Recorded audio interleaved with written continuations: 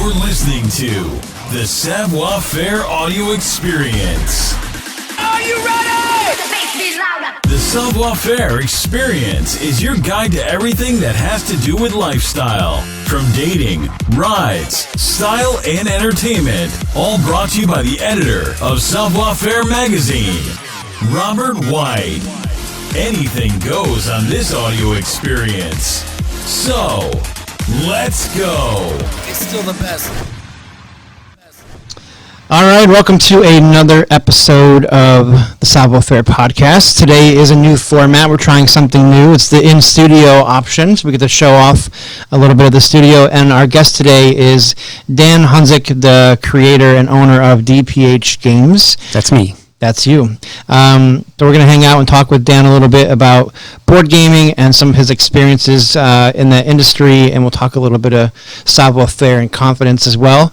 One thing that I like about Dan is that he's got lots of years behind him in counseling, and so there might be some fun questions we can ask to challenge him a little bit. So let's start with a little bit of backstory. Went to college for your degree, and then taught at a high school for a while, or counseled. What's the correct term? You counsel at a high school? Yeah, I was a counselor. Counselor at a high school. Okay. So. And then from that experience, you moved into DPH Games. So let's start with. Correct. There you go. Yeah. The whole thing summarized. All right. Perfect. So we're good. All right. Thanks for coming by. See ya. Let's jump back into like a little bit experiences about the gaming and stuff. Okay. Experience about the gaming? Yeah, like from okay, counseling to gaming, which yeah, is a natural transition. Yeah, everyone does. After I left, it wasn't that direct a route, but anyway, I started DPH Games in 2013 with a geocaching game that we came up with. Because I went out to buy one for a friend's birthday party, and there weren't any, which was really weird because I thought there was a game about everything. Right. So kind of made one that we played at his party, and the other people there weren't geocachers. Were like, you should do something with this. So came back to the think tank I happened to be working out of at the time, and talked with Jim and the people there, and he said, do you want to start a company or just make a game? And I said, yeah, a company sounds like fun. Little did I know. And he's like, well, you need other ideas. And so I kind of thought up what would be next. And I, out of that original 5 that I came up with, we definitely made 2 of them. I don't remember if I actually made the other 3. Was geocaching or Catch Me If You Can, was the birthday version of that like the actual prototype that turned into the board game? Oh gosh, if I could show you. I'd be curious. So what it was is because I hadn't been keeping up with modern board gaming that much. I was doing other things that were gaming like and some computer game stuff, but the first half of it was sort of like Monopoly, where you went around and you're trying to land on certain spaces to get coordinates to then go out into the woods and geocache. Mm-hmm. And what happened was, after the friend said you should do something with this, the same friend of mine happened to notice there was a gaming convention in his hometown at Geneseo, and he went. I think I was working, but he went and called me up, said, you need to get up here. And so Saturday, I drove up to Geneseo, and there was a guy there, Dallas Hogue, who used to work for Mayfair Games, I believe.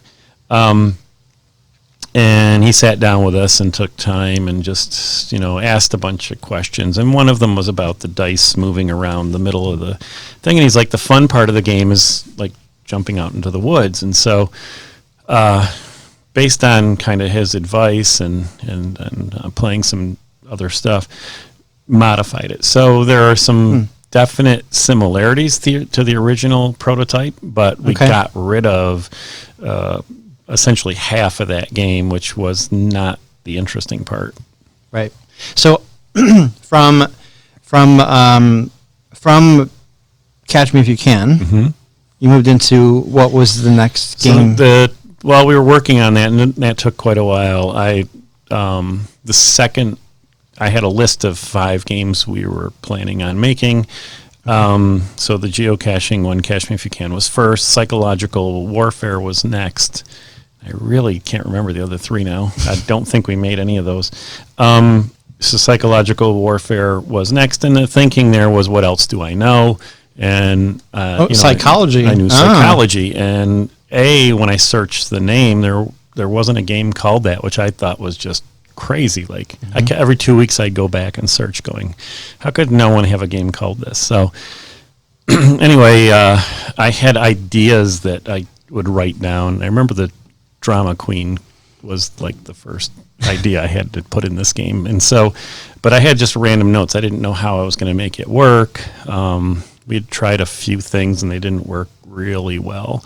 Then I played a game called Trains, and it was actually an event that the same Dallas Hogue had invited me to.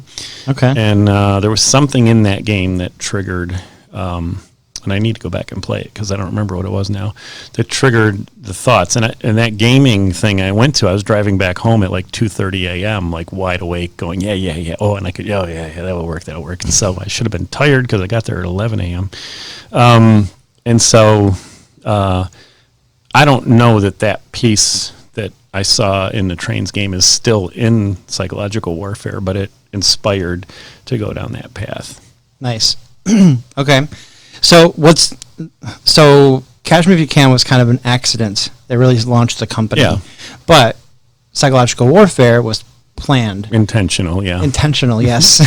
So how do you go through the phase of like from stage 1 to I have an idea, the name is available, then you have to kind of build all those concepts together before you can actually start building it. I mean, I know from experience that it takes a long time to build these things with you, but like give me some of that internal first step stuff. So for me, and it's not necessarily the same for everybody that does board game design, but for me, it focuses on theme typically. Mm-hmm. So how can we play this where it feels like the thing you're doing in the game would be the thing in real life? And so Psychological Warfare was, I remember some of the decisions were tough because when does the game end? Like, when does psychology end? When you get depression? And so, you can get that and get out of it in the game. Oh, good. That's real life. Yeah. So, no, it's basically a random, not exactly random, but when you play through the deck so that it really doesn't end in a sense. The game ends, but it doesn't feel like, oh, we all died or, whatever, whenever your psychology would stop. Not good for your psyche if you die in the game. No. And so we don't want everyone dying at the end. So it's basically, it feels like it's a slice in time. Mm-hmm. And during that slice of in time, you're doing things that affect other people or yourself. And it's all psychology themed, which we hinted at. So you get defense mechanisms and stuff like that. So, but I kind of hinted at this too, that getting the mechanic that feels like the thing takes time, and it takes like maybe playing other games and other ideas. And so I think the thing that was kind of related there was the emotional baggage piece of the game. Mm-hmm. So when you do an action, almost every action has some emotional baggage attached to it. And what that does is at the end of your turn, you refill your hand, and each baggage you have restricts how much stuff you can get. So the more emotional baggage you have, the less you can do. So as I talk about that mechanic, you can see how it correlates to real life. Right. And you have that baggage until you go to therapy, and then you can clear it out. So it might not work the same if we had it functioning some other way. It might not feel as close to, oh yeah, that makes sense. That's what emotional baggage does. And to go full circle, what the Drama Queen card does is you gain energy for everyone else's emotional baggage. But is there a lot of education built into all your themed games too? Like I know that this is an educational game. Okay, it's education But it's in the based on- terminology. But it's based on real theories and stuff. Yes, it's all based on actual Yeah. theories. The defense mechanisms are all real defense mechanisms. You can get Okay. neuroses, which technically they don't call them that anymore, but whatever. There's phobias, there's cognitive dissonance, and on and on. So, Okay. yeah, it's all based around that, but it's not. I don't know that you're going to learn a lot of stuff About psychology from playing the game. Yeah, like you play the repression card. The idea was that you kind of know what repression is. I mean, you don't have to, but you kind of Right. know what it is, and then in the game it functions by you can hide emotional baggage under that, and it doesn't affect you because you're repressing it. So, okay, but it's not really, I fully understand repression now because, that's where I tuck my emotional baggage. I see. So it would be a good refresher, if you'd taken AP psychology in high school and wanted to mess around with it after maybe, but Okay. some of the terminology. But it should be the class before the game, not the game before the class. If you're going to make it a learning tool, yeah. Otherwise, Okay. it's mostly stuff that people have heard of, so it's not really, Easy enough. Yeah. So Catch Me If You Can, game 1. Psych Warfare, game 2.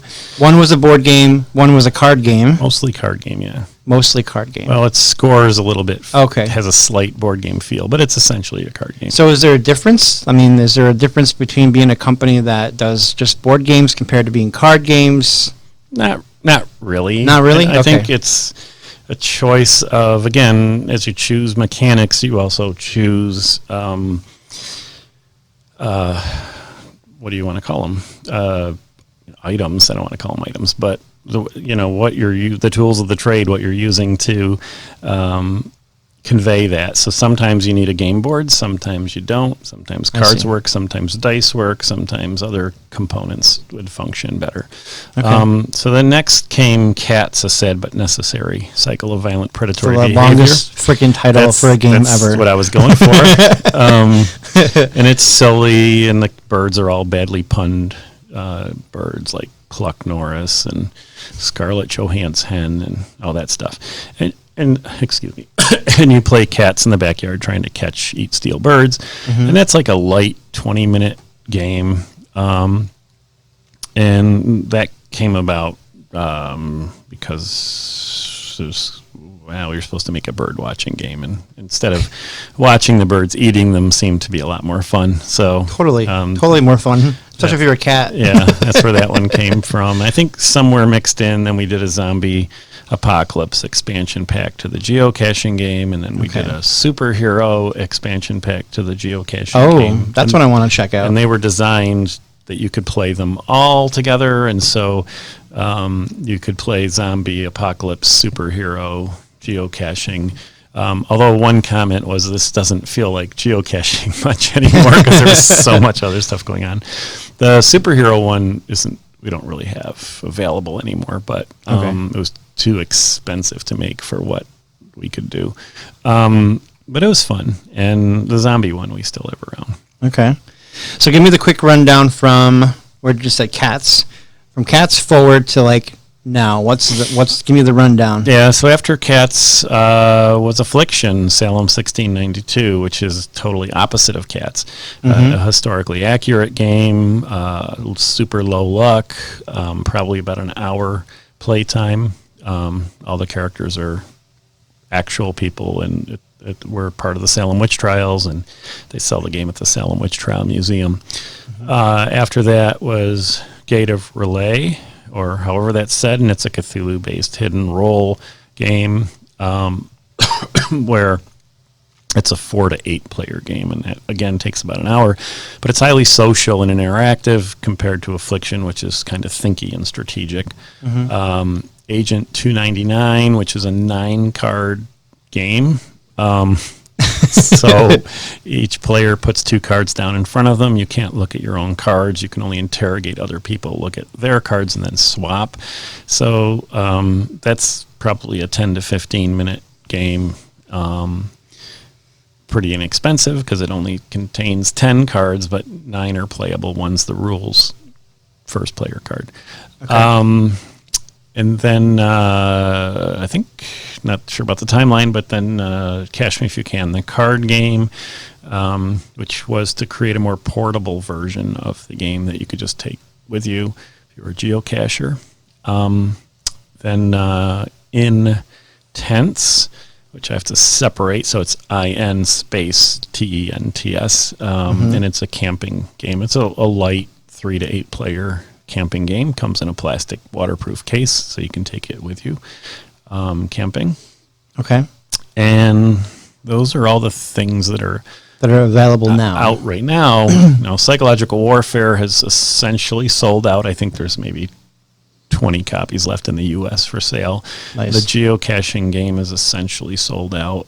I think that we just moved some from a warehouse we found. They had some to geocaching.com, and they'll probably sell through them by Christmas. Nice. But we have newer editions of those both coming. So Psychological Warfare will be a little bit after Christmas, and the geocaching game probably in February. Then after that will be a game we signed that I didn't design, so that's a new thing. That's called Inca Empires, the card game.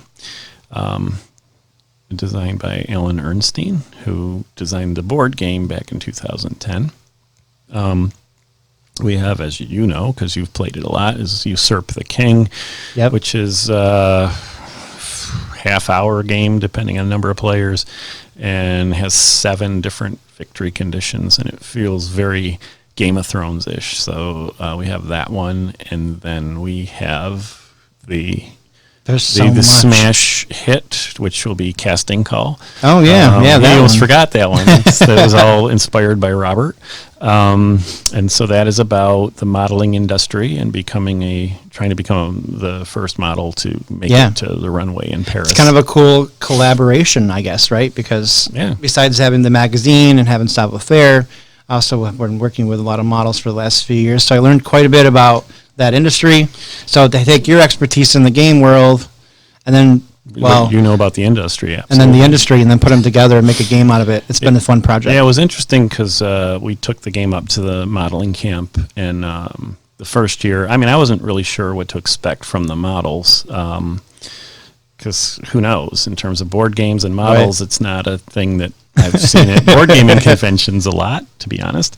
And what was interesting, what made sense after the fact, or as it happened, but I hadn't anticipated, was how seriously competitive they were. Like, I am going to win this thing. I'm going to be the best model. I don't know how to play yet, but I'm going to win.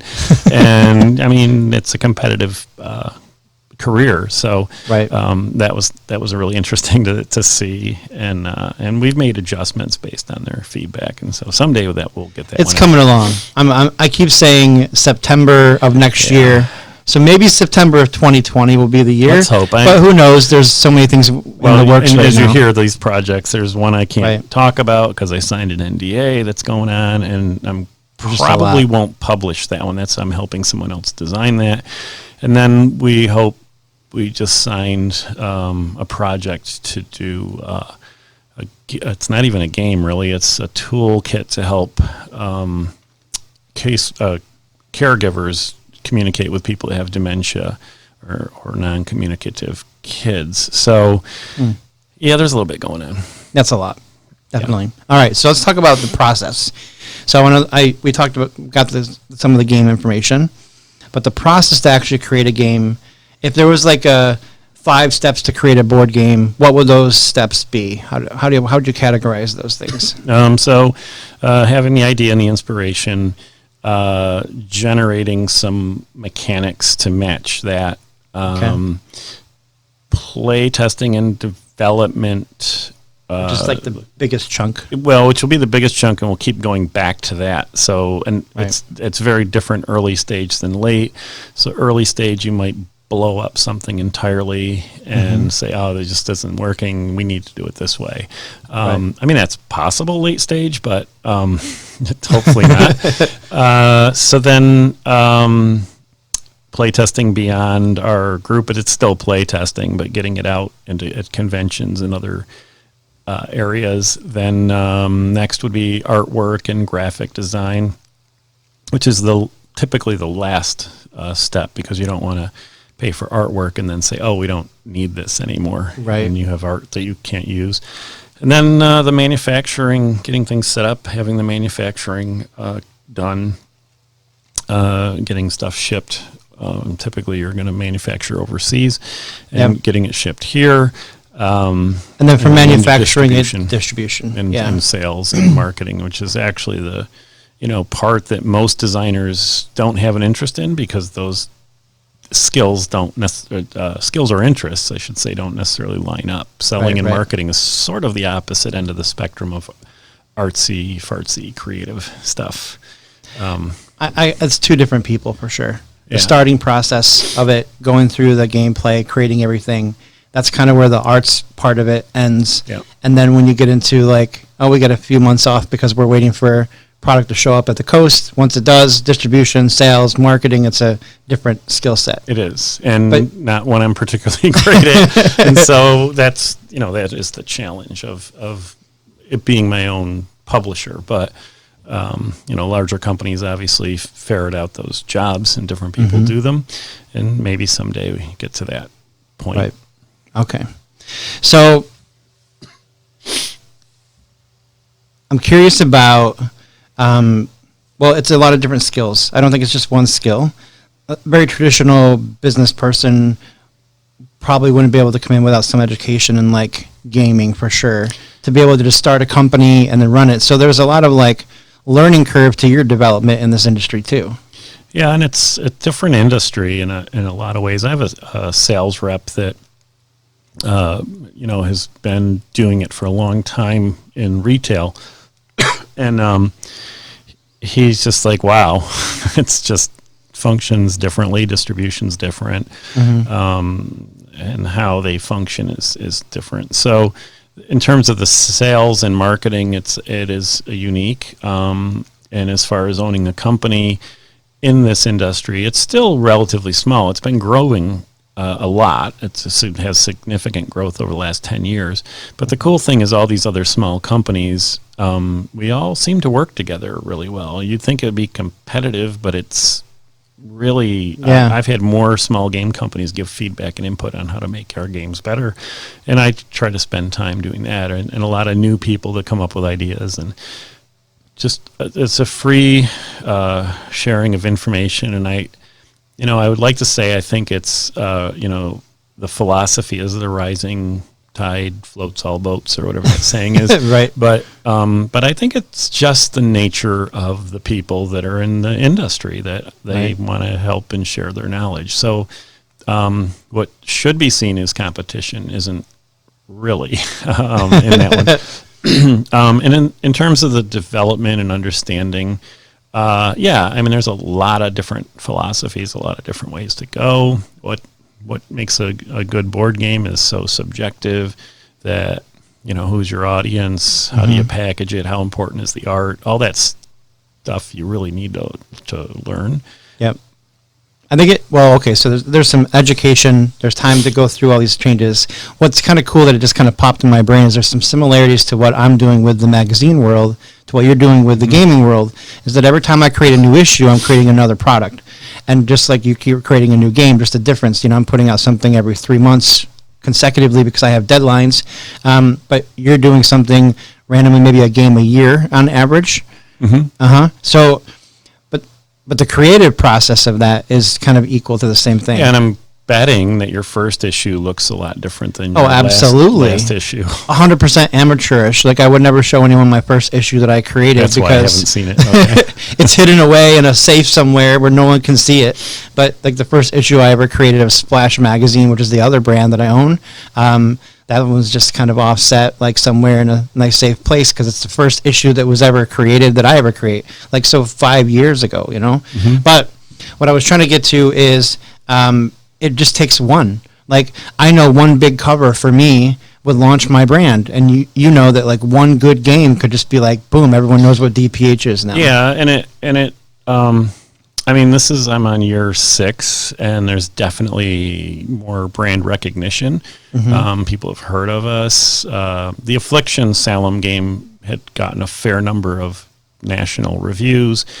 showed up on The Simpsons, which was kind of South Park. South Park, not The South Simpsons. Park, Sorry. yeah, it's Oops. so good. Oops. We don't watch It's not. cartoons. Don't. Yeah. There's some editing involved. Even if not, though. Yeah, and so when I said it, I'm like, that's not right. But we're working on getting The Simpsons. Yeah, so just in no, case someone's connected to that show, maybe Bart could put this on his gaming shelf like Yeah. they did in South Park. And I don't know if Bart plays board games, but whatever. So anyway, yeah, it was. People are asking me, how'd you get it on there? And I didn't know you watched that show and all this stuff. And I'm like, I didn't do anything. They found it and put it on there, so it was pretty cool. So, the Salem Witch Trial Museum says it's the best-selling product they've ever had at that price point. And then I have a number of people telling me that, and it has continued to sell. So, gaming industry has become similar to writing a book because the production is easier to do now than it used to be. Yeah. And just like you could go and put a book on Amazon, it's much easier to do. So it's getting heard above the noise is the real challenge. And so something comes out, it sells really well for 3 months, and then it kind of falls off as people's attention goes to other things. And Affliction has kind of been steadily selling for 2 years.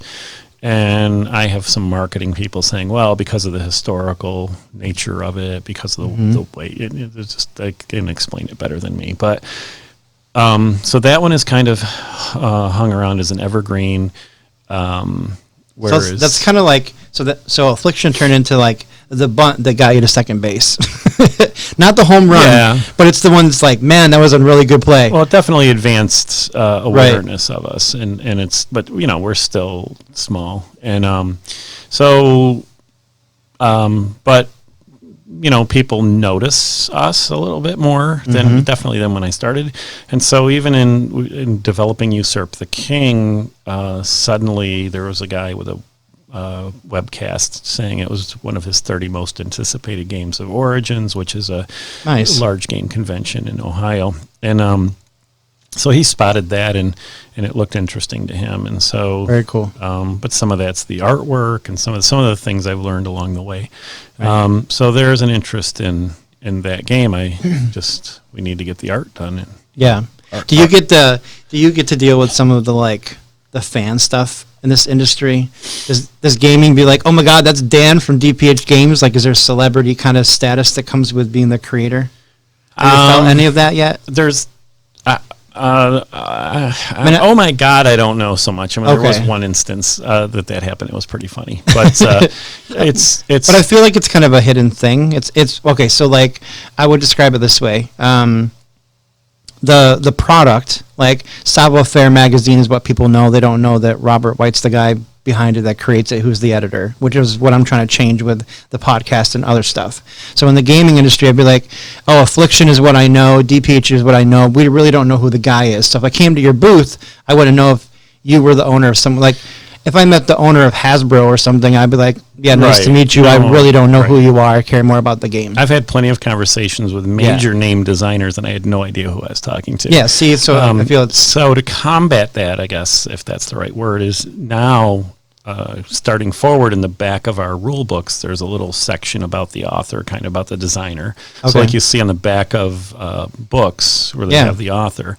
Well, the real estate on the back of a game box is too valuable to put, especially my photo on it. So it's in the back of the rule book, and maybe the one or the two of the good marketing ideas I ever had is we wear this weird flowered Hawaiian flowery bucket hat, and I'm wearing it in that photo, and every big convention I'll wear that hat. So that way, if you don't know, if you own the game and you really like the game, you will have noticed the person in the hat, and so I'm easier to find. But I have people that purchase this year at Gen Con, which is a massive game convention in Indianapolis, about 70,000 people a day.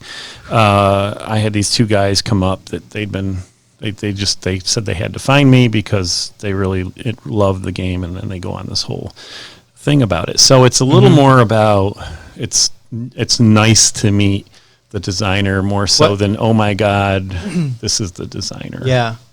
Okay, so you've had a couple interactions with like fan people then. Yeah, well, yeah, Like, more than a couple, but Okay. yeah. So give me a little bit of like, now we can, that's a perfect little segue into the psychology stuff and the confidence stuff. What is, like from your perspective, how do you deal with those things? Like for me, when people come up and recognize me or say like, oh my gosh, I know your brand, I'm a subscriber or whatever, I love that stuff. But it's just like it's like an internal smile, like success kind of like you stand a little bit taller when that happens. Like, do you feel like you get a little bit of that too when people come up to you and kind of, give you a bunch of attention because of what you created? Well, and maybe it's because of the counselor stuff. Yeah. Sure, a little bit, but more of it's the satisfaction that I made something that gave these people such joy that you had to go seek me out and like To thank say, you and yeah, meet you. So that had that kind of impact in your life that you'd come find me is pretty cool. So somewhat, but a little more about it's a little bit more validation that Right. than That you're doing the right thing. than necessarily the other stuff, but it's there too. I mean, that's kind of cool. We have people Right. say, I mean, the one funny one was I was teaching psychological warfare to this woman at our table, and I had the banner sign up with it, and this girl walks by with her friend and says, "Oh my God, that's that game." And so I had a promo card, and I just kind of reached out to hand it to her, and she took it like I gave her a gold bar, and she's just staring at it. It was pretty funny. She's like, "Oh my God, oh my God!" And I said, "What?" She's like, "My boyfriend is not going to believe this. He loves this game. He's just not going to believe I got this card." And I said, "Well, you could tell him the designer gave you that card." And she totally like freaks out, like, oh my God, no, that can't be. He's never going to believe me. He's never going to believe me. So we did some photos, and I wrote a note saying she's not lying and all this That's stuff. awesome. And so it was kind of funny. That was the funniest one because they Right. just, I mean, they were huge. So it was like a really good positive reaction to that. The downside is one of the things I really love to do is when we're at a booth and, you buy one of the games, I like to say, well, if you want, I can get the designer to sign it. He's kind of a jerk, but I'll be happy to ask him, and I could probably, if you really want it signed, I can talk to him and see what we can do. And they're like, oh, that would be great. Could you do that? And then I open the box and sign it. And they're like, oh, you jerk. You're right. He was a jerk.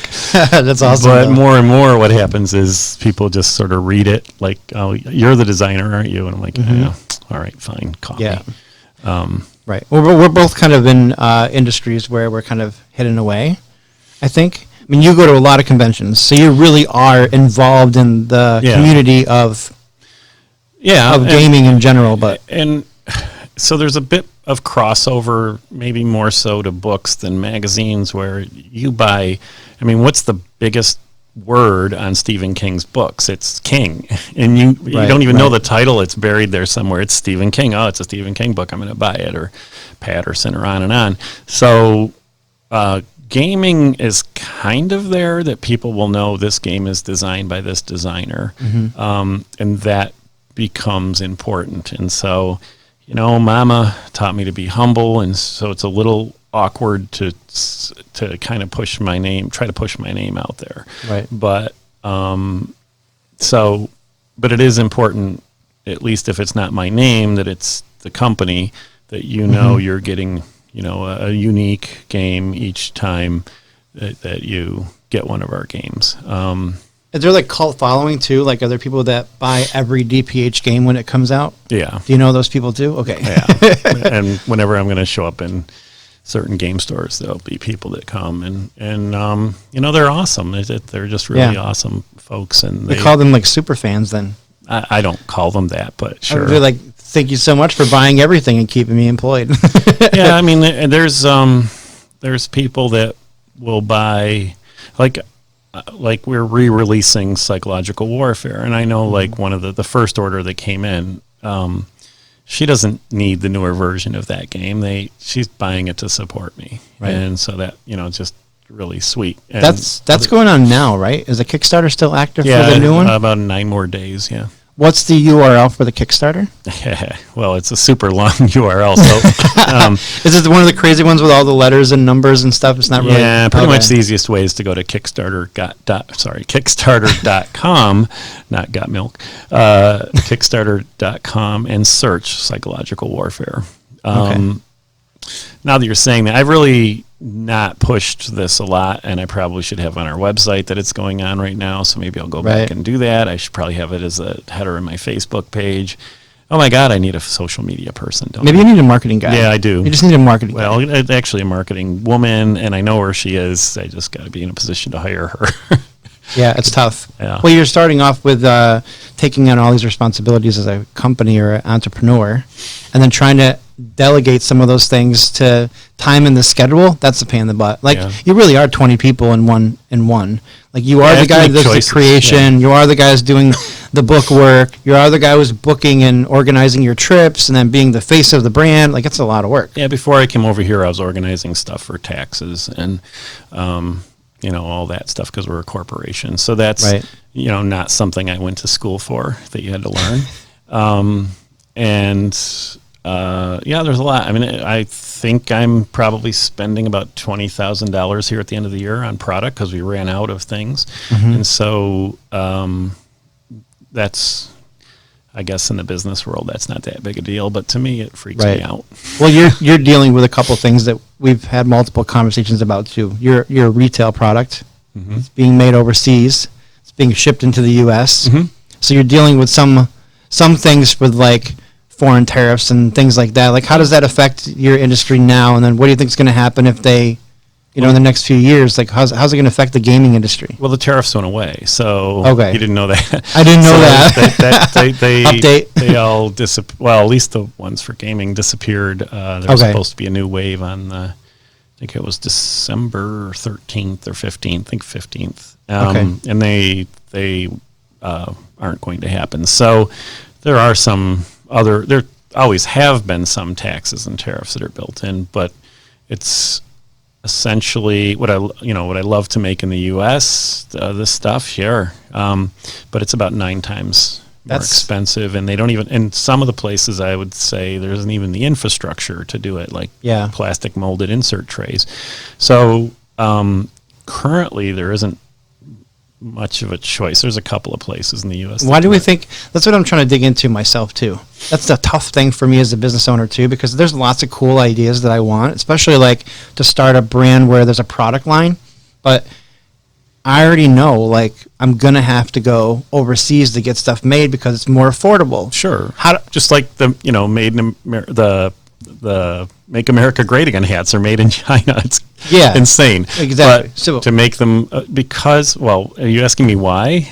Well, I don't know if it's a why. I think it's just a general topic, I guess. It's more like I really want to start some other projects and get involved in certain things, but I know that I can't have an American-made product because of affordability. Mm-hmm. I'm a small guy. I don't have this big budget who can just come in here. And frankly, people don't care that much from the consumer end. They say they do, but our geocaching game, the first edition, was made entirely in the U.S. and the cost was significantly higher. And there was a couple of people that said, "Oh, I'm going to buy it because it's made in America." But most people were like, "Well, the quality isn't the same as it is from China," and blah blah blah.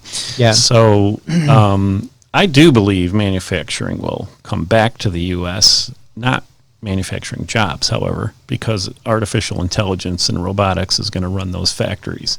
Right. And they're cheaper than paying children 10 cents a day in China, which I'm not sure if that's what they pay them, but that's the main reason. It's labor. That's why things are cheaper in China. And so, if you can have artificial intelligence assembling all these products and doing the things that humans do, it'll be cheaper to make in the U.S. eventually. But that's a whole scarier topic. It is. And what does everyone do? and we could probably talk about that one forever. So very cool. So lots of good games. Where can people find you online? It's dphgames.com. Search DPH Games. It is dphgames.com. That's it. What does DPH stand for? I don't know. Is it your name? Yeah, it is. It's my first name and middle name, sort of, and last name. Sort of? Well, I don't really have. Does it start with a P? No, I don't have a middle name. Oh, what the hell is a P then? On my birth certificate, it's just my first and last name. Okay. But all through elementary school, none of my teachers would believe me. That you didn't have a middle name. Correct. Interesting. And so this just came up at Thanksgiving with my mother. Uh-huh. So when I hit 6th grade, I was raised Catholic, and you go through confirmation, and you have to choose a confirmation name. I took my uncle's name, which was Peter, which is also a biblical name, so you can use it. So then I just started putting Peter on everything. I think it's on my driver's license. I probably shouldn't be announcing all this. Anyway, it's not on my passport. But long story short, DPH game stands for Daniel, Peter Hundzyk. Yes. Okay. Hopefully, if I could find, because now the guy that helps me a lot is Patrick. So somebody had said, "Who's the H?" Because they knew I was Dan. They knew it was Patrick. You got to find a Henry. So I got to find a Henry or a Hannah. Yeah, that makes sense. Go that direction. The only two I can think of. Yeah, I can't help you there either. I actually have a Henry that's a play tester, and I know Hannah. But anyway, very cool. So Facebook, Instagram. Yep. What else is there social media wise? Twitter. Okay. And then obviously the website, all under DPH Games. Yes. And if you go on Google and put in DPH Games, you'll just get pages of DPH I think it was stuff. 6 pages or so. Yeah. It's pretty good, though. LinkedIn is probably just me. I'm not that active there. But you're not active. What's the best way for people to get directly in contact with you if they have like comments or response? Email info@dphgames.com. Okay. Works. .com. Gotta need that part. Right. Perfect. Well, thank you for coming in. It's super exciting to try this podcast thing out, this new platform. So cool that I got a guest in studio. You're the first one to do this. So yeah, I would have shaved and worn a better shirt, but hey. You know what? San Francisco, if you can't see the logo on that thing, they're kicking some booty in the NFL right now. Yeah, but not when this shirt was made. It's a little old, but they are. Very cool. All right, man. Thanks for coming. Yep. Thank you for listening to the show. Please take a minute to head over to www.savfair.com and subscribe to our publication.